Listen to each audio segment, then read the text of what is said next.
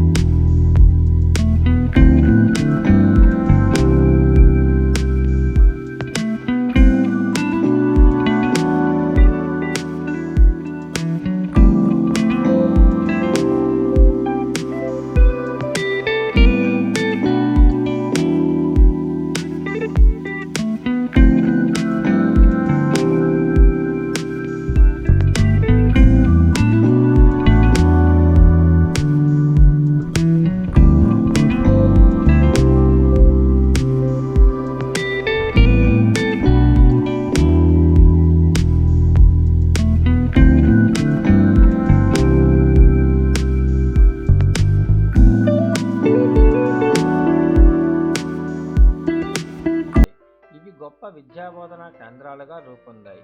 ఈ విహారాల్లో బౌద్ధ భిక్షువులు శిష్యులకు కేవలం విద్యనే కాకుండా శారీరక రుగ్మతలకు కూడా చికిత్స చేసేవారు.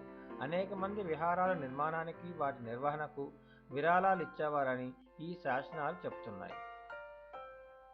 ఇతర దేశాల నుండి అనేక మంది యాత్రికులు, చైనా నుండి పాహియాన్, ఇత్సింగ్, హ్యూమన్ సాంగ్ బౌద్ధ సన్యాసులు విద్యాపీఠాలను సందర్శించేందుకు విచ్చేశారు.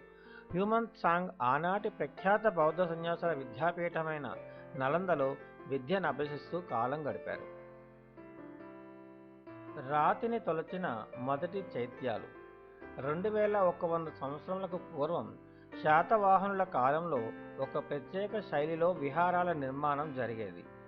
రాతి పనివారు ఉలి, సుత్తి ఉపయోగించి రాళ్లను దొలచి పెద్ద ప్రార్థనా ప్రాంగణాలను, స్తూపాలను, బౌద్ధ భిక్షువుల కోసం చిన్న గదులను రాళ్లలో నిర్మించేవారు.